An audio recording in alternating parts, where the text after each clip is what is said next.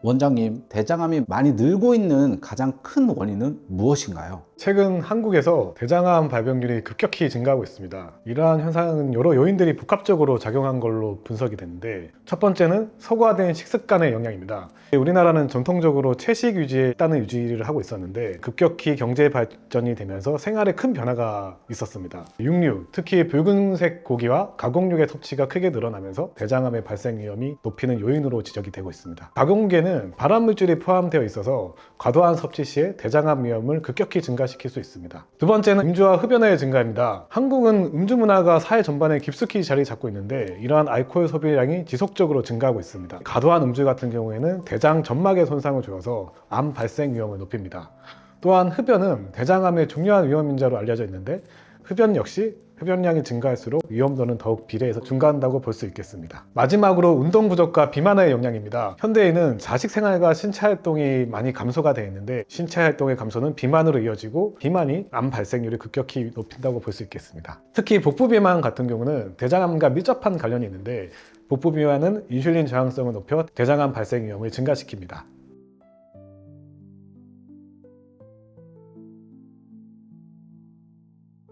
음식하고도 연관이 많은 것 같은데 어떤 음식들을 주의하고 피해야 할까요? 대장암은 식습관과 밀접한 관련이 있습니다.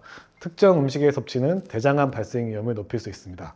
따라서 이러한 음식을 주의하고 피하는 것이 매우 중요합니다. 첫 번째는 가공육과 적색육입니다. 햄, 소시지, 베이컨 등과 같은 가공육과 소고기, 돼지고기 같은 적색육의 과도한 섭취는 대장암의 발생 위험을 증가시킬 수 있습니다. 또한 가공육은 제조 과정에서 발암물질이 생성될 수 있으며 적색육의 경우에는 조리 시 발생하는 물질이 발암 위험을 높일 수 있습니다. 세계보건기구 산하 국제암연구소는 가공육을 1군 발암물질로, 적색육을 2군 발암물질로 분류하고 있습니다. 두 번째는 가공식품입니다. 인스턴트 식품, 패스트푸드, 각종 스낵류 등 가공식품의 섭취는 대장암의 위험을 높일 수 있습니다. 이러한 음식은 고지방, 고당분, 고염분을 함유하고 있고 영양소는 매우 부족합니다.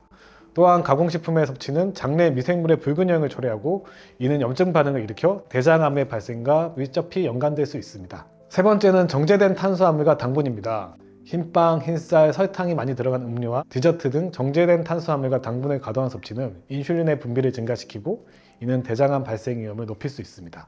네 번째는 알코올입니다. 과도한 음주는 대장암 발생 위험을 높이는 요인 중에 하나입니다. 알코올은 대장 점막에 직접적인 손상을 주어 발암물질로 작용할 수 있습니다. 하루에 2잔 이상의 음주는 위험을 증가시킬 수 있으므로 과도하게 음주하시는 분들은 음주를 줄이거나 피하는 것이 좋습니다. 대장암 예방을 위해서는 위에서 언급한 음식들의 섭취를 줄이고 균형 잡힌 식단과 건강한 생활 습관을 유지하는 것이 중요합니다. 특히 섬유질이 풍부한 채소와 과일, 통곡물, 콩류 등을 충분히 섭취하고 가공육과 적색육, 초가공식품, 정제된 탄수화물, 알코올의 섭취를 제한하는 것이 좋습니다.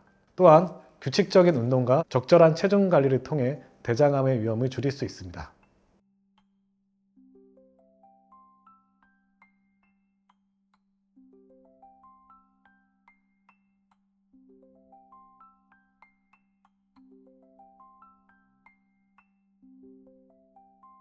절대 그냥 넘기면 안 되는 대장암 초기 신호들 체크해 주세요. 대장암은 대장에 발생하는 암으로서 초기에 특별한 증상이 없거나 일반적인 소화 문제와 유사한 증상을 보여서 조기에 발견이 어려울 수 있습니다. 그러나 몇 가지 전조 증상과 특징을 알아두면 조기에 발견할 수 있고 치료할 수 있습니다. 대장암의 증상은 암의 위치와 진행 정도에 따라 다를 수 있습니다. 초기에는 보통 무증상일 가능성이 매우 높지만 다음과 같은 증상들이 나타날 때 꼭 대장암을 의심해 보셔야 합니다. 첫 번째로 배변 습관의 변화입니다. 설사 또는 변비, 대변의 형태가 변하는 등의 배변 습관 변화가 장기간 지속될 경우에는 대장암의 징후일 수 있습니다. 특히 이러한 증상이 최근에 갑자기 나타났다면 주의해서 지켜봐야 합니다. 그리고 두 번째가 중요한 건데요. 갑자기 변 색깔이 검게 변하거나 혈변을 보신다면 대장암으로 인해서 출혈이 대변에 피가 섞여 나갈 수 있고 붉은색 혈변 또는 검붉은 대변이 검은색으로 변한 형태로 나타날 수 있기 때문에 이러한 형태의 변이 지속된다면 꼭 대장암을 의심해보고 검사를 한번 꼭 해보셔야 합니다. 검사 결과는 한 일주일 정도 계속 지속되고 정해진 건 없습니다. 그렇지만 평상시에 나타나지 않던 대변, 혈변이나 검은색 대변이 보인다면 빠르면 빠르게 병원에 가서 검사해보시는 게 좋습니다. 실제로 저희 암 환자 중에 위암 환자였는데 증상을 물어보면 지속적으로 검은색 변을 보셨다고 하더라고요. 검사를 위 내시경을 해보니까 위암이 발견됐다 이런 얘기를 많이 하셔가지고 그런 케이스가 많기 때문에 꼭 검은색 변을 보신다면 빠르게 병원에 가서 검사를 해보시기를 권유드립니다. 복통이나 복부 불편감이 생길 수 있습니다. 이유 없는 복부 팽만감, 가스가 자주 차는 증상, 격렬하거나 지속적인 복통이 있을 경우에는 대장암의 초기 증상일 수 있습니다. 이런 증상이 지속되거나 악화될 경우에는 반드시 병원을 한번 방문해 보셔야 합니다. 또 하나의 증상이 변이 완전히 비어지지 않는 느낌이 들 수 있습니다. 잔변감이라고 표현을 하는데요. 대변 후에도 대변이 남아있는 듯한 불완전한 느낌이 있다면 종양의 가능성이 있기 때문에 반드시 한번 병원에 가보시기를 권유드립니다. 모든 암의 대표적인 증상인데 단기간에 급격한 체중 감소가 나타날 수 있습니다. 평상시 느껴보지 못한 피로감이 느껴질 수 있고 원인 모를 체중 감소가 단기간에 급격히 일어나고 내가 평상시 겪어보지 못한 극심한 피로감이 있다면 한 번쯤 대장암을 의심해보고 병원에 방문해 보시기를 강력히 권유드립니다. 마지막으로 대장암으로 인해서 출혈이 지속된다면 당연히 빈혈이 생길 수 있고 이로 인해서 어지러움증, 피로감, 숨가쁨 등의 증상이 나타날 수 있기 때문에 빈혈 증상이 지속된다면 꼭 한번 대장암에 대한 검진도 받아보셔야 합니다.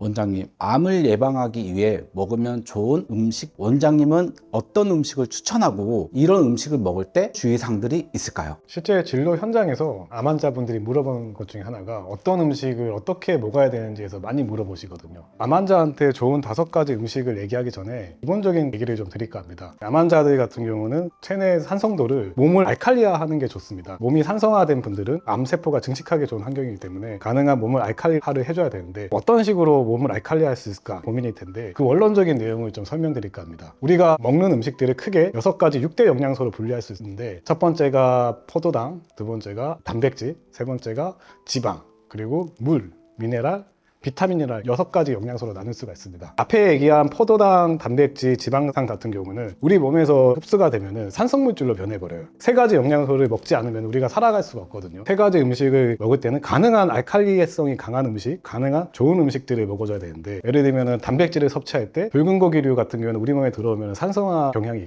있기 때문에 가능한 알칼리성이 있는 오리고기를 강력히 추천드리고요. 포도당 같은 경우에도 단당류 같은 경우는 급격히 당이 올라가서 빠르게 몸을 산성화시킬 수 있기 때문에 최대한 천천히 흡수되는 다당류의 음식을 드시는 게 좋아요. 예를 들면 백미보다는 현미, 감자보다는 고구마, 단당류보다는 다당류 음식을 섭취하는 게 좋습니다. 물이랑 미네랄, 비타민 같은 경우는 알칼리 물질이기 때문에 어떤 게 됐든 많이 섭취해주면 좋습니다. 채소를 많이 먹으라 하는 것도 채소가 알칼리성이 강하거든요. 채소 같은 거를 많이 먹어주면 몸을 알칼리화 시킬 수 있어요. 이러한 기본 원리를 이해를 하시고 음식을 드실 때 내 몸을 알칼리화 시켜야겠다는 마음으로 드시면 암 환자들한테 매우 좋은 식단이 완성되지 않을까 생각을 합니다. 그런 거에 대해서 한 5가지 핵심적인 음식을 좀 소개해드리고 어떻게 먹는 게 좋으실지 간략하게 좀 소개해드리도록 하겠습니다.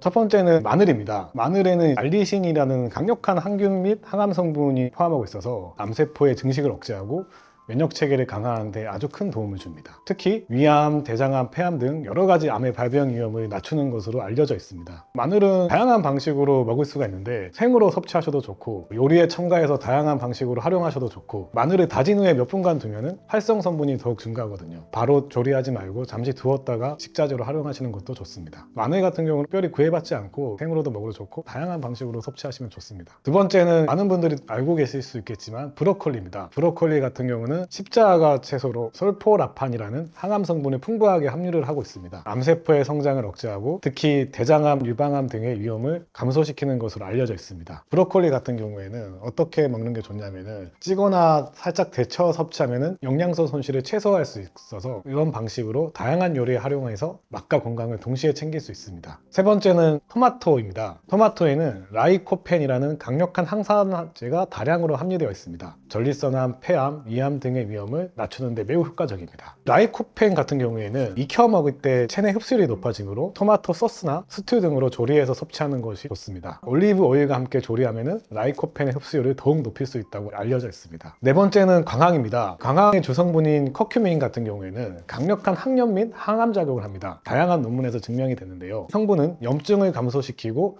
암세포의 성장을 억제하는 데 매우 큰 도움을 줍니다. 강황은 아시다시피 카레의 주 원료인데 따뜻한 물에 타서 차로 마셔도 되고 카레 같은 다양한 요리에 향신료를 첨가해서 섭취해도 괜찮습니다. 다섯 번째는 녹차입니다. 녹차에는 카테킨이라는 항산화 물질이 풍부해서 암세포의 성장을 억제하고 전이를 방지하는 데 매우 큰 도움을 줍니다. 녹차 같은 경우에는 하루에 한 두세 잔의 녹차를 꾸준히 마시면 항암 효과를 기대할 수가 있습니다. 또한 체내 염증을 줄이고 면역력을 강화하는 데도 큰 도움이 됩니다. 이러한 5가지 음식들을 균형 잡힌 식단에 포함시켜 섭취하면 암 예방에 큰 도움이 될 겁니다. 다양한 항암식품을 조화롭게 섭취하고 건강한 생활 습관을 유지하는 것이 매우 중요하겠습니다.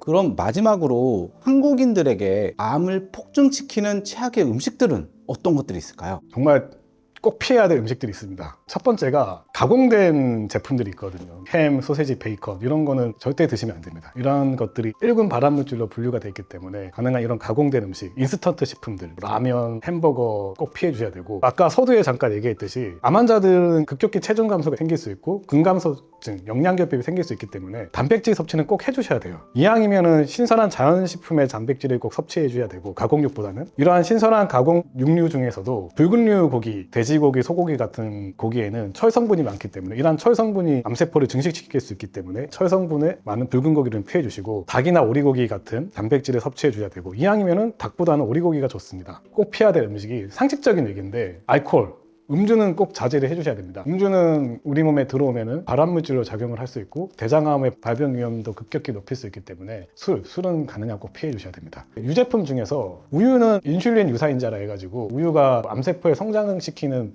물질이 포함되어 있을 수 있기 때문에 유제품, 그 중에서도 우유 같은 유제품들은 좀 피해 주시는 게 좋습니다.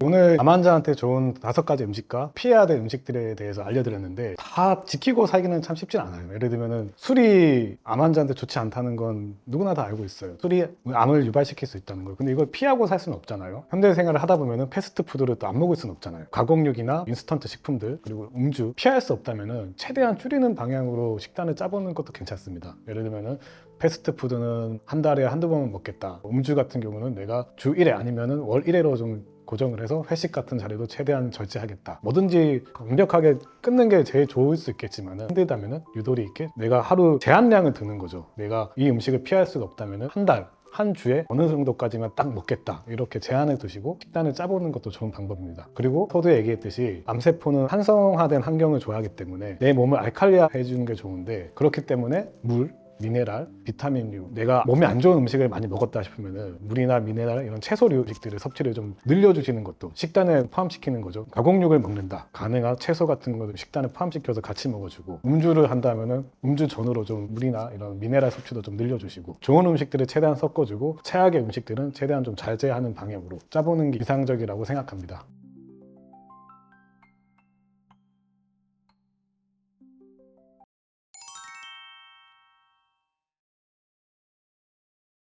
한국인들에게 췌장암이 많이 늘어나고 있다고 하던데요. 췌장암이 걸리시는 분들의 공통점이 따로 있을까요? 최근 들어서 한국에서 췌장암 발생률이 증가하고 있습니다. 저희 병원에 내원하시는 분들 중에서도 췌장암 환자들이 꽤 많은데요. 췌장암 같은 경우에는 다른 암에 비해서 조기 발견이 어렵고 5년 생존율이 낮아서 침묵의 살인자라고 불릴 정도로 매우 예후가 좋지 않은 암에 해당됩니다. 한국에서 췌장암이 증가하는 이유는 여러 가지 요인이 복합적으로 작용한 결과인데, 췌장암에 걸리는 환자들에게서 공통적으로 나타나는 특징이 있습니다. 첫 번째로 연령과 성별을 살펴볼 텐데, 췌장암 같은 경우에는 주로 60대 이상에서 발생하는 경향이 있고 나이가 들수록 발병 위험이 높아진다고 볼 수 있습니다. 전체 환자의 약 80%가 60세 이상에서 발생하고 7, 80대에서도 높은 비율을 차지하고 있습니다. 성별에 따라서 살펴보면 남성이 여성보다 췌장암 발생률이 다소 높은 것으로 보고되고 있습니다. 아마 이는 남성이 흡연과 음주 등 위험 요인에 더 많이 노출되기 때문으로 해석됩니다. 두 번째는 흡연입니다. 가장 강력한 위험 요인인데요. 췌장암과 흡연은 밀접한 관련이 있습니다. 연구에 따르면 흡연자는 비흡연자에 비해서 췌장암 발생 위험이 2배에서 5배 정도 높아집니다. 담배 연기에는 60종 이상의 발암물질이 포함되어 있는데 췌장 세포에 손상을 주고 암 발생을 촉진시킬 수 있습니다.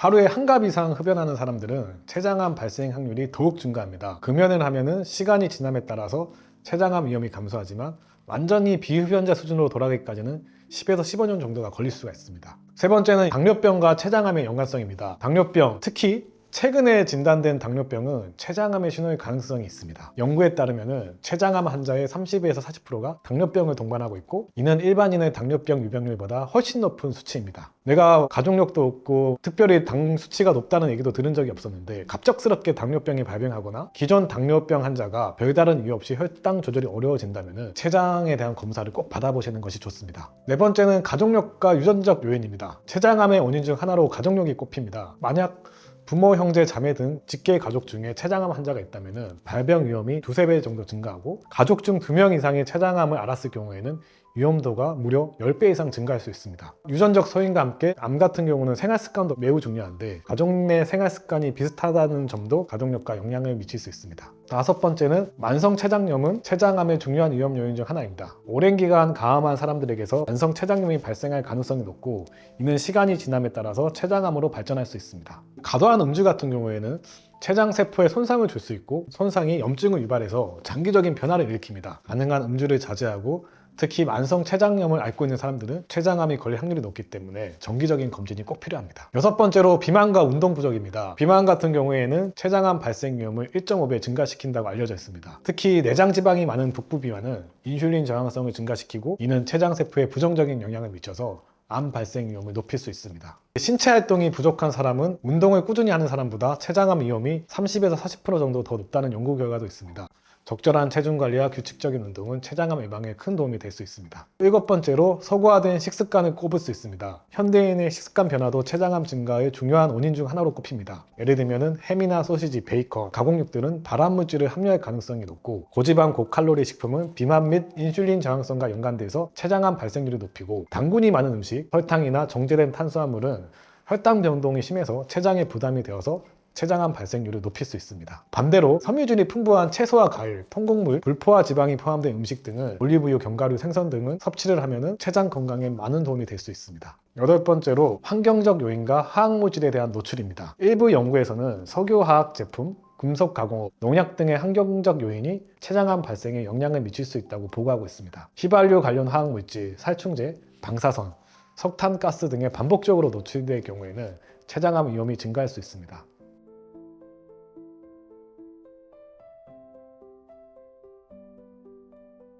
원장님, 그럼 다른 암보다 췌장암이 더 늦게 발견이 되고 위험한 이유는 뭘까요?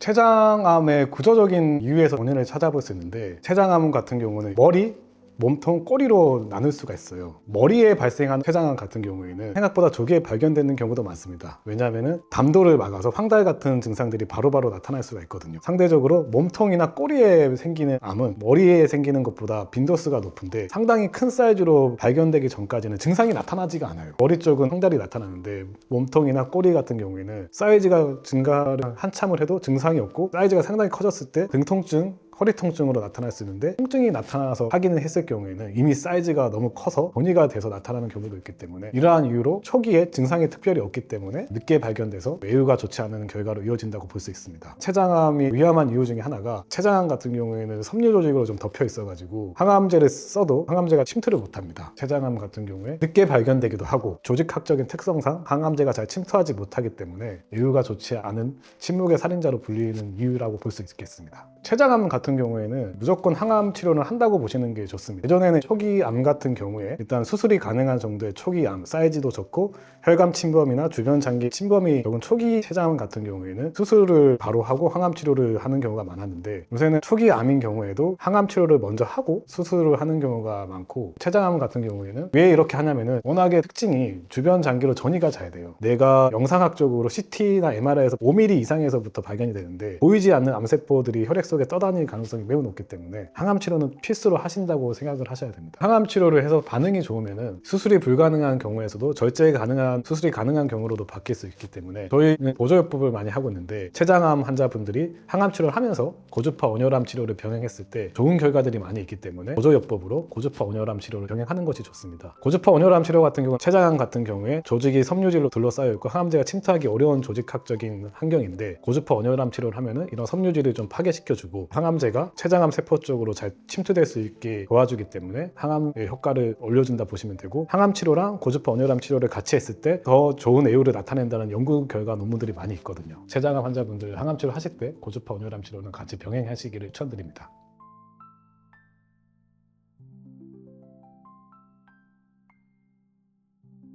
암 예방 방법은 다 알고 있지만 원장님께서 다른 건 다 못해도 암 예방을 위해 이거만큼은 꼭 하세요라는 습관이 있을까요? 강력하게 추천드리는 습관이 있습니다. 습관이라는 게 내가 없던 습관을 강요를 하게 되면 대부분이 못 지켜요. 왜냐면은 참 사람이 변하기가 쉽지 않거든요. 가능한 쉬운 거를 권유를 해드려야 되는데 다행히도 아주 쉽고 편하게 따라할 수 있고 암 환자한테 매우 좋은 습관이 있습니다. 바로 걷기입니다. 매일 30분 이상 걷기. 규칙적인 걷기 운동은 암 예방의 핵심입니다. 왜 걷기가 암 예방에 중요한지 이유를 좀 설명드리겠습니다. 첫 번째는 면역력 강화입니다. 걷기는 면역세포를 활성화시켜서 암세포를 찾아서 제거하는 기능을 높여줍니다. 규칙적으로 걸으면 면역력이 최대 50%까지 증가한다는 연구 결과도 있습니다. 두 번째는 체내 염증 감소입니다. 만성염증은 암을 유발하는 원인 중 하나입니다. 꾸준한 걷기는 염증 반응을 억제하고 세포 손상을 줄여서 암 예방에 큰 도움이 됩니다. 세 번째는 혈당 조절 및 인슐린 저항성 개선입니다. 췌장암, 대장암, 유방암 등은 혈당과 인슐린 저항성이 높을수록 위험이 증가합니다. 식후 30분에서 1시간 이내에 30분 이상 걷기만 해도 혈당을 안정적으로 조절할 수 있어 인슐린 저항성을 개선합니다. 네 번째는 호르몬 균형 유지입니다. 비만과 관련된 에스트로겐, 인슐린 같은 호르몬 불균형이 암 발생을 유도하는데 걷기 운동을 하게 되면 호르몬 균형을 맞춰서 유방암, 전립선암 같은 암종의 예방에 효과적입니다. 다섯 번째는 체지방 감소 및 비만 예방입니다. 과체중 또는 비만일 경우에는 암 발병 위험이 2배 정도 증가하고 복부 지방이 많은 경우에는 대장암, 췌장암, 간암 위험이 증가합니다. 하루 3-40분 정도 꾸준히 걷는 것만으로도 체지방 감소와 체중 조절이 가능합니다.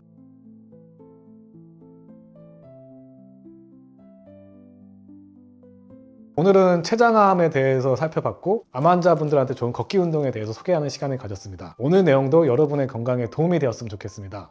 서울 온케어원 대표원장 이찬용이었습니다.